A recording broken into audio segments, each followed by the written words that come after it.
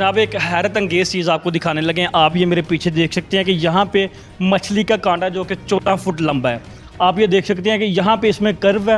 2 fit یہ اس طرف دیوار میں ہے اور 2 فٹ جو ہے وہ اس طرف دیوار میں ہے. یہ اس وقت موجود ہے علی پور سیدہ میں. امیر ملت جماعت علی شاہ صاحب کے جو دربار ہے یہاں پہ موجود ہے, اور یہ مسجد جو ہے پوری سنگ مرمر سے بنائی گئی ہے. اور یہ جو کانٹا ہے جو اس کے بارے میں ہم بات کر رہے تھے, مچھلی کا کنڈا, یہ 100 سال یہاں پہ پرانا ہے. یہاں پہ امیر ملت جماعت علی شاہ صاحب کے دوست نے ان کو گفٹ کیا تھا.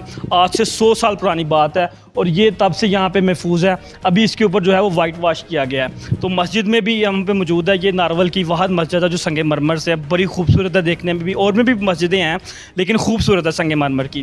یہ ایک قصہ تھا جو ہم سنتے تھے نارول کے لوگ, تو آج میں نے سوچا یہاں پہ آئے ہوئے ہیں, ویڈیو بنا کے آپ کو لازمی دکھائیں کہ یہ اتنا بڑا کانٹا, مچھلی کا کنڈا, یہ آپ دیکھ سکتے ہیں 14 فٹ لمبائی ہے اس کی. جی پیر صاحب, جیسا کہ امیر ملت کی جماعت علی شاہ صاحب کا زندگی کے بارے میں اور جو 1947 کی پارٹیشن تھی پاک انڈیا, اس کے بارے میں جو ان کا کردار تھا اس حوالے سے کچھ فرمائیے گا. بسم اللہ الرحمن الرحیم. حضرت امیر ملت پیر سید جماعت علی شاہ صاحب محدث علی پوری, آپ کی تاریخ پیدائش 1834 علی پور سیدہ میں پیر سید کریم شاہ صاحب کے گھر میں آپ کی ولادت ہوئی.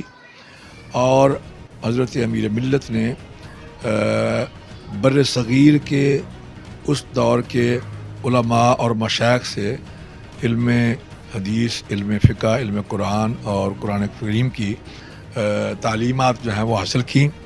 اور اس کے علاوہ جب 1947 میں پاکستان مارز وجود میں آیا, اور اس کی تحریک بہت پہلے شروع ہو چکی تھی. قائد اعظم 1936 میں جب پاکستان آئے برطانیہ سے, تو اس وقت قائد اعظم نے ایک اجلاس بلایا کراچی میں. اس اجلاس میں پورے بر صغیر کے مسلم لیگ کے رہنما اور کارکنان جو ہے وہ شریک ہوئے. تو اس اجلاس کے بعد قائد اعظم نے ان سے کہا کہ میں جس مقصد کے لیے آیا ہوں, مجھے لگتا ہے کہ وہ مقصد آپ سے پورا ہونے والا نہیں. مجھے یہ بتایا جائے کہ پورے بر صغیر میں کوئی ایک فرد واحد ہو, ایک شخصیت ہو جس پر پوری قوم متحد ہو, تو میں خود اس کے پاس چل کر جانے کے لیے تیار ہوں. تو اس وقت چودھری غلام عباس صاحب, مسلم کانفرنس کے بانی, کشمیریوں کے لیڈر اور رہنما, انہوں نے حضرت امیر ملت پیر جماعت علی شاہ صاحب کا نام پیش کیا.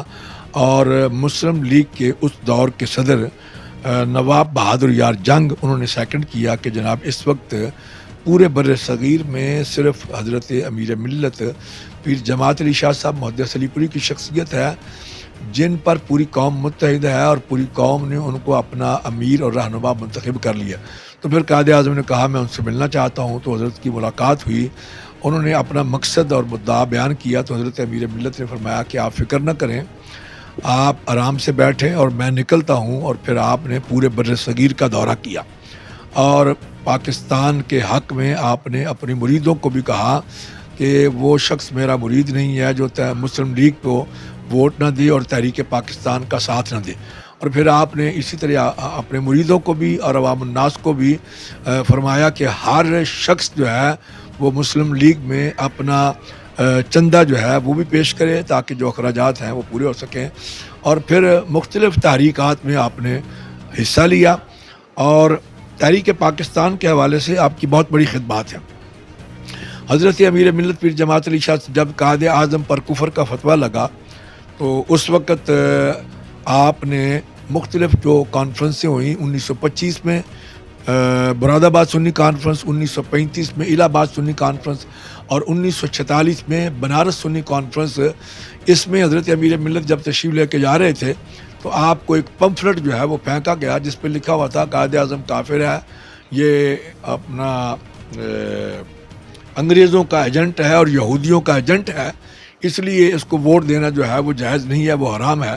تو اس وقت امیر ملت اسٹیج پہ پہنچے اور آپ نے سپیکر لے کے آپ نے سب سے پہلے مخاطب ہوئے علماء اور مشائخ جو 6000 کی تعداد میں سٹیج پر موجود تھے, اور عوام الناس کی تعداد 5 سے 7 لاکھ کا اجتماع تھا.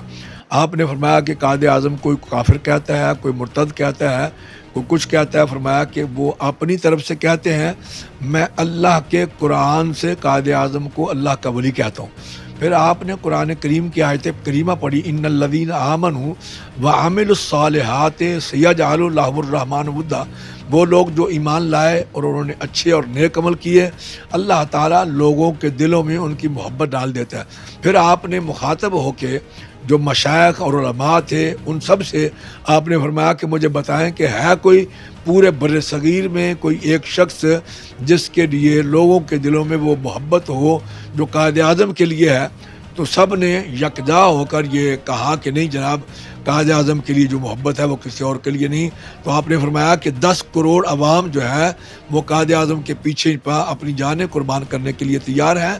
فرمایا کہ ہم نے قائد اعظم کو اپنا، کیونکہ جب ایک سوال کیا گیا کہ جناب تم نے ایک داڑھی منڈے کی کوئی ان کے پیچھے لگ گئے ہیں، تو آپ نے فرمایا کہ نہیں، ہم نے قائد اعظم کو اپنا وکیل مقرر کیا ہے، پوری قوم نے مجھے اپنا امیر منتخب کیا تھا، اس لیے میرا فرض منصبی تھا کہ میں اس کام کو آگے لے کے چلوں، تو میں نے قائد اعظم کو اپنا وکیل مقرر کیا ہے، اور میں یہ سمجھتا ہوں کہ میرا یہ انتخاب جو ہے وہ غلط نہیں ہوگا، اور قائد اعظم ہمارے اس مقصد کو لے کے آگے چلیں گے اور اس میں اللہ تعالیٰ ان کو کامیابی عطا فرمائیں گے۔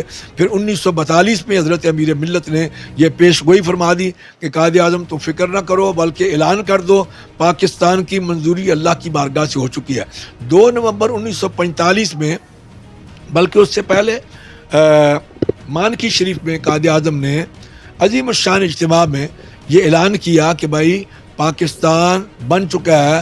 جب لوگوں نے کہا کہ جناب وہ کیسے، تو انہوں نے فرمایا کہ مجھے امیر ملت نے فرما دیا، اور یہی بات پھر 2 نومبر 1945 ایم اے کالج کے سامنے جو گراؤنڈ تھی ایم اے کالج کی، اس گراؤنڈ میں قائد اعظم نے لاکھوں کے اجتماع میں یہ اعلان کیا کہ پاکستان بن چکا ہے۔ صحافیوں نے یہ سوال کیا کہ جناب ابھی تو دور تک کوئی خبر نہیں ہے، اتنی بڑی بات آپ کیسے کہہ سکتے ہیں؟ تو امیر ملت نے فرمایا چونکہ مجھے اپنا قائد اعظم نے فرمایا چونکہ مجھے امیر ملت فرما چکے ہیں، اس لیے میرا یہ ایمان ہے کہ پاکستان بن چکا ہے، اور امیر ملت نے مجھے یہ بتا دیا کہ پاکستان کی منظوری اللہ کی بارگاہ سے ہو چکی ہے۔ تو انشاءاللہ العزیز اسی طرح سے مشائخ اور حضرت امیر ملت کی کوششوں سے پاکستان جو ہے وہ 1947 میں معرض وجود میں آیا۔ اس میں بالخصوص بہت سے مشائخ کا حصہ ہے، لیکن جو چند چیدہ شیدہ افراد ہیں ان میں پیر آف مانکی شریف اور Pir of زکوڑی Sharif, Pir of Bharchundi Sharif اور پیر آف گولڑا شریف، پیر آف سیال شریف، یہ اسی طرح دیگر کوئی 50 سے زیادہ کے قریب مشائخ جو ہیں ان کے نام اس میں شامل ہیں، جنہوں نے تحریک پاکستان میں ایک اہم کردار ادا کیا اور پاکستان جو ہے وہ معرض وجود میں آیا۔